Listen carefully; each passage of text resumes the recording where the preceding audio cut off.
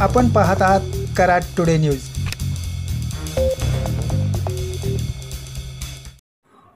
कराड तालुक्यातील शामगाव घाट ते मायनी रस्त्याचे चौपदरीकरणाचे काम सुरू झाले आहे।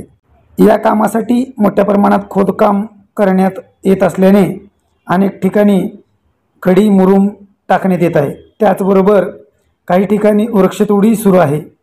या रस्त्याच्या कामामुळे ठिकठिकाणी मोठ्या प्रमाणात धूळ उडत असून वाहतुकीलाही अडचण निर्माण होत आहे।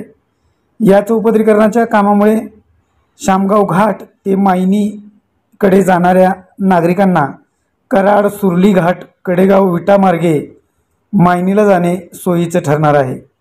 पुढील वर्षहून अधिक काळ शामगाव ते मायनी रस्त्याचे काम सुरू राहणार आहे। त्यामुळे नागरिकांनी पर्यायी रस्त्याचा वापर करावा।